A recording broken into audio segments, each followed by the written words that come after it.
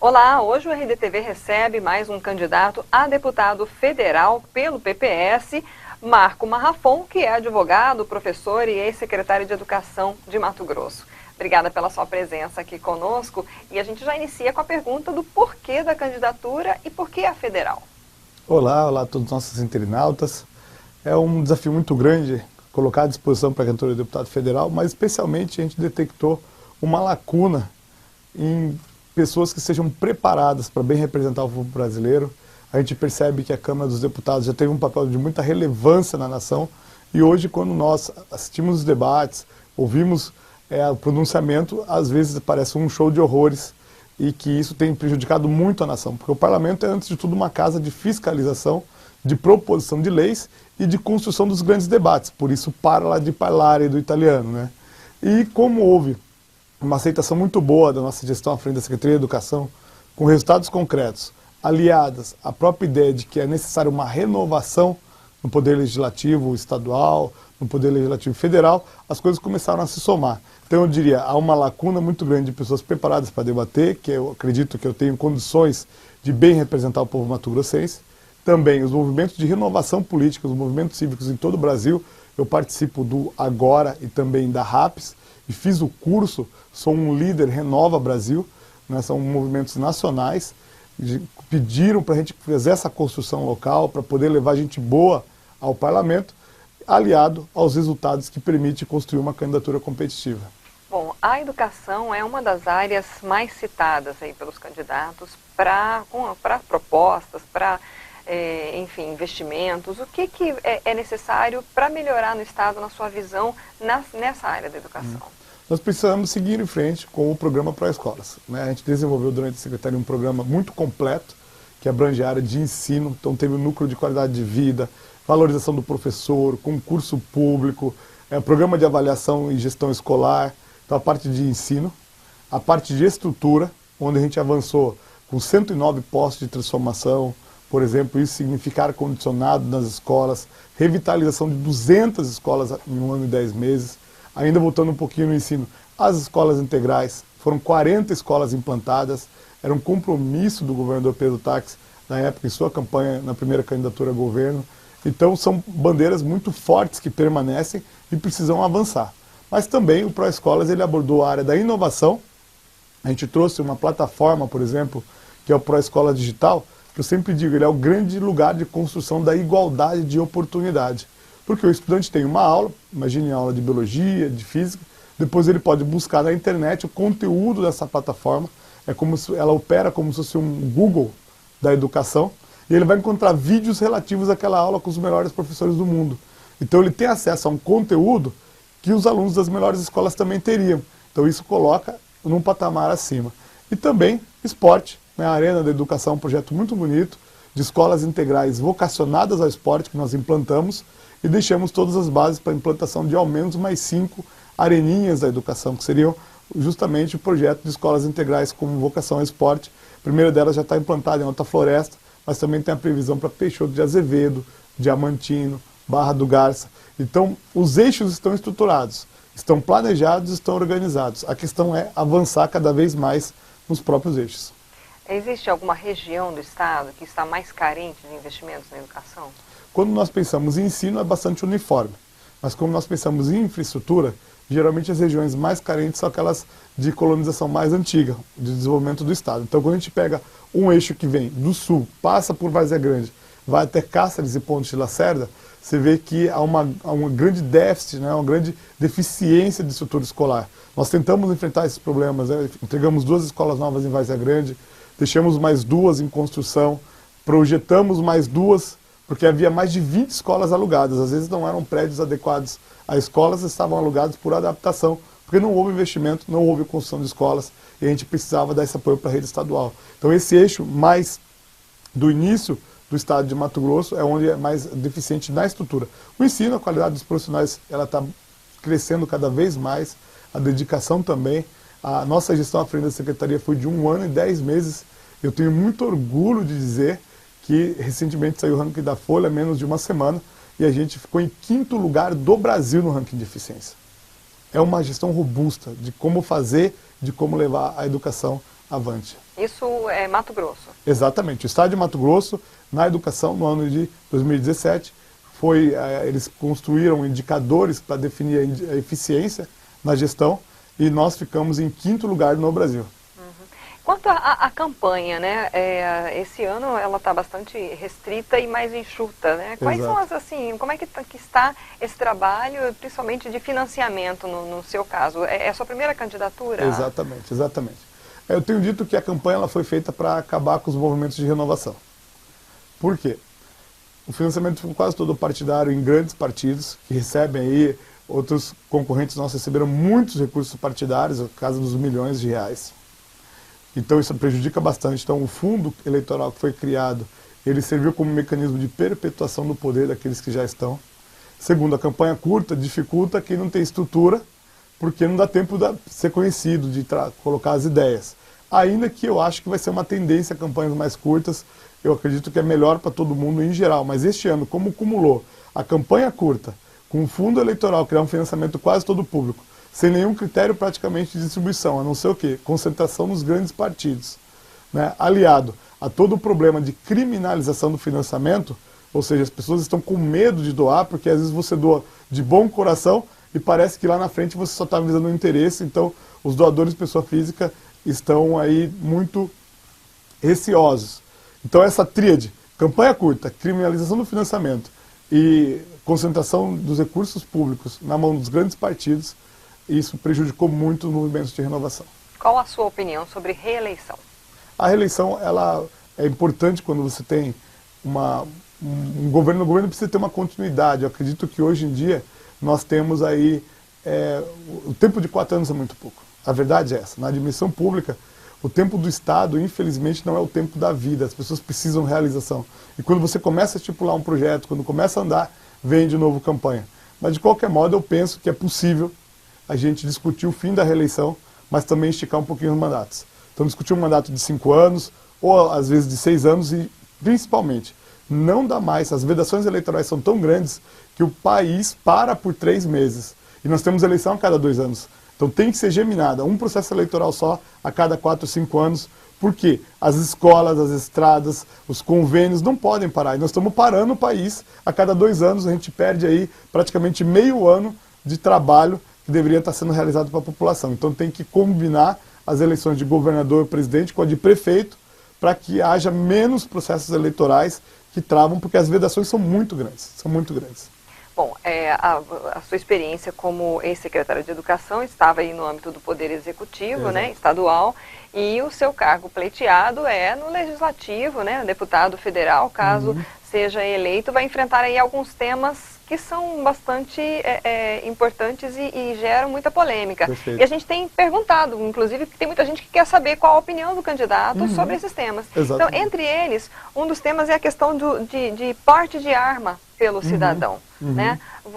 Qual o seu posicionamento? O senhor é favorável ou contra o porte de arma? Eu não acredito na cultura da violência.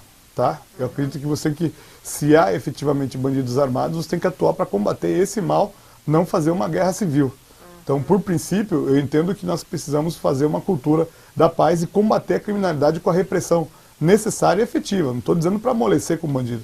Aqui, bandido tem que ter o tratamento duro, tem que ter polícia na rua e avançar. Agora, não acredito na cultura da violência. Acredito que violência gera mais violência e a gente começa a arrumar para uma guerra civil.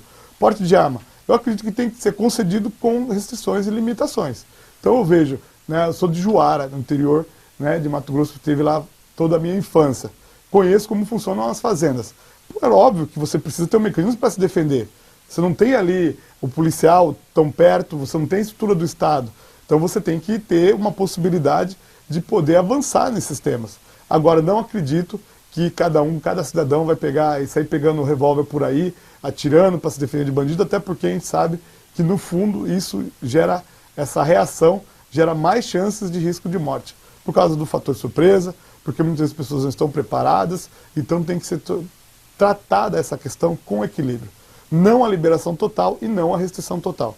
Tem que haver maior possibilidade de liberação, especialmente nas propriedades rurais, mas isso tem que ser feito com muito cuidado, com muita parcimônia. Não é esse discurso fácil da violência que a gente está assistindo. Seguindo no gancho aí, então, de segurança também, a questão da liberação da maconha para uso de lazer. Qual a sua opinião? Eu acredito que nós temos que fazer uma discussão muito séria acerca do problema das drogas no Brasil como um todo, incluindo também a questão da maconha. Por quê? Muitas vezes o custo da repressão ela é muito mais intensa. Eu não sou a favor da liberação, nem tenho nenhuma propensão ao uso de entorpecentes, ou seja, muito pelo contrário, né? Agora, não é possível mais você ficar discutindo uma política fracassada de combate às drogas como a gente está assistindo. E o aborto? A liberação do aborto até 12 semanas, conforme está proposto ou sendo discutido na Isso, eu tenho uma opinião muito clara sobre isso. Eu sou cristão, eu sou a favor da vida.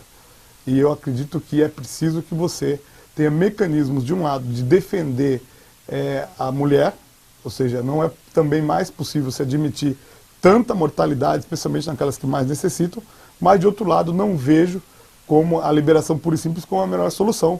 Então, nesse ponto, eu sou contrário. Agora, é preciso dizer que, sendo a favor da vida, nós temos que trabalhar essas duas dimensões. Porque tem um problema criminológico aí muito grave, que é o problema da mortandade da mulher. Agora, não é liberando outra mortandade que vai resolver aqui. Hoje em dia, nós temos uma sociedade muito mais desenvolvida, nós temos a possibilidade de informação, métodos contraceptivos eficazes, e isso precisa, de alguma maneira, chegar justamente na ponta, e o sistema de saúde tem que estar preparado para atender. Então, a ideia é ser a favor da vida. Uma outra questão até está um pouco esquecida, não se debate tão recentemente, mas a redução da maioridade penal. Havia aí um tempo atrás essa proposta, e volta e meia esse tema volta, né, em projetos, enfim. O senhor acredita que é uma saída reduzir a maioridade penal para se penalizar aí esses menores em conflito com a lei? Olha, nós temos aí limites para colocar, né? Então eu imagino, por exemplo, 16 anos bem razoável hoje, porque o estudante de 18 anos, ou o cidadão de 18 anos de hoje, não é o mesmo de 40 anos atrás, ou de 1940, quando teve as primeiras versões do atual Código Penal. Então isso mudou. A sociedade de informação promove o que? Muito mais possibilidade de que o cidadão tenha informação. Agora, simplesmente só ficar descendo, você vai cada vez empurrando, por exemplo, no tráfico. Se a maioridade é 18, geralmente o tráfico vai computar aqui, de 16 a 18. Se você joga para 16, eles vão começar a pegar as crianças de 14. Aí se você joga para 14, começa aí os bem infantis mesmo, as bem criancinhas. Então, é preciso tratar essa política com muita seriedade para que a gente possa efetivamente ter um combate à criminalidade. Só reduzir não vai resolver. Não vai resolver. Agora, é importante sim colocar em pauta essa discussão, porque o mundo de hoje, se o cidadão pode votar, ele pode bem responder pelos seus atos e tem que atacar o problema criminológico de base. Agora, eu não sou a favor de reduzir eternamente, daqui a uns dias nós vamos estar querendo prender criança de 3 anos de idade. Bom, na questão da segurança pública, Mato Grosso tem aí a fronteira seca com a Bolívia, né? Mais de 700 quilômetros, e isso é público e notório que é um ponto frágil, né, do nosso estado. O que poderia, na sua visão, ser melhorado para que se evite aí, principalmente, a atuação desses grupos criminosos que a gente já vê que tem atuado em Mato Grosso?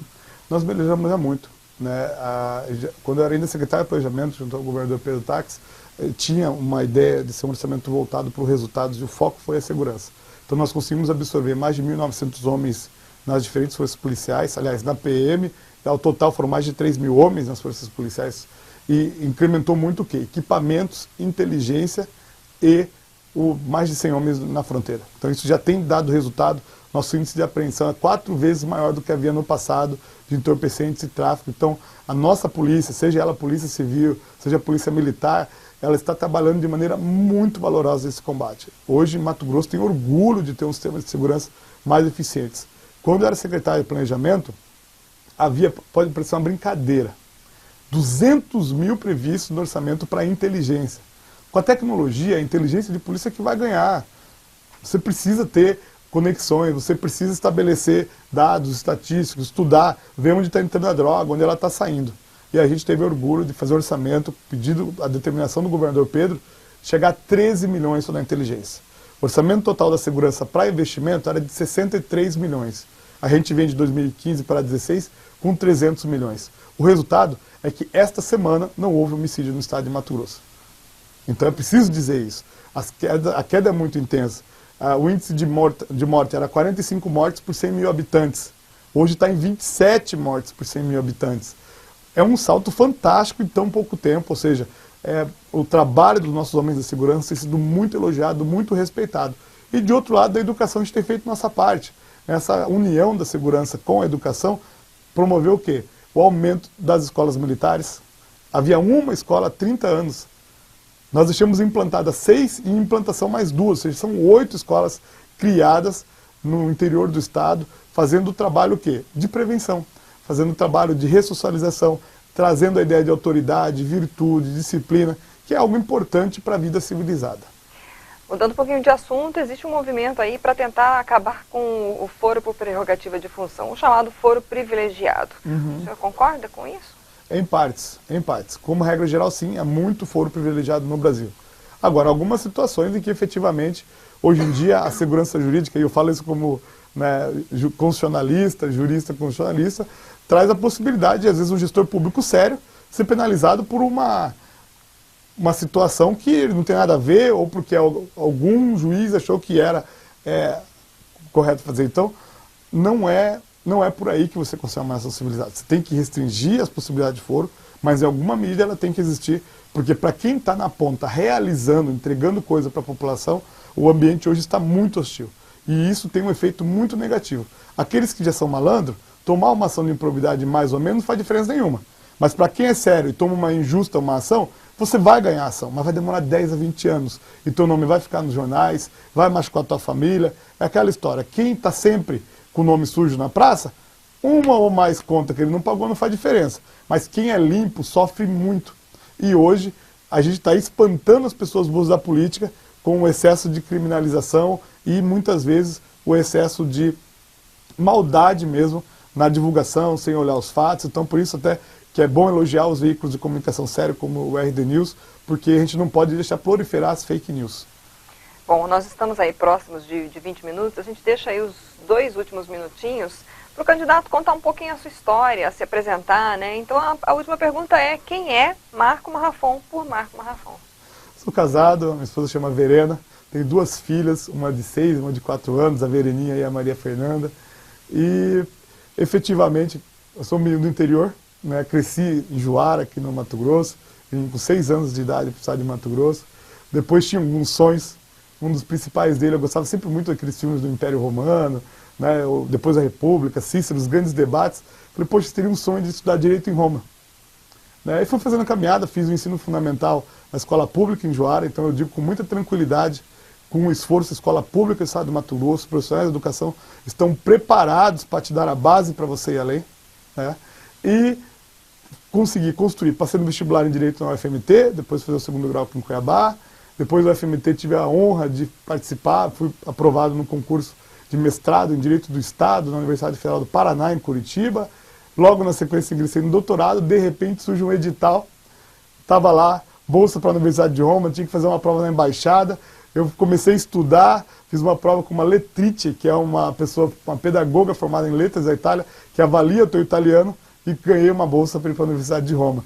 Então, um menino de Juara, que um dia teve a oportunidade de estar estudando na Universidade de Roma III, perto da Basílica de São Paulo, aprendendo o direito do Estado, no berço do direito ocidental.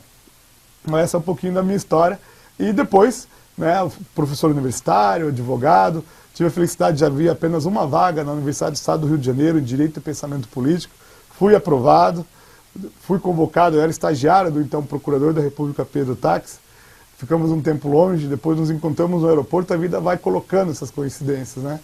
E ele me convidou para participar do Senado, eu fazer assessoria, consultoria legislativa da Comissão de Constituição e Justiça, já que eu era doutor em Direito Constitucional.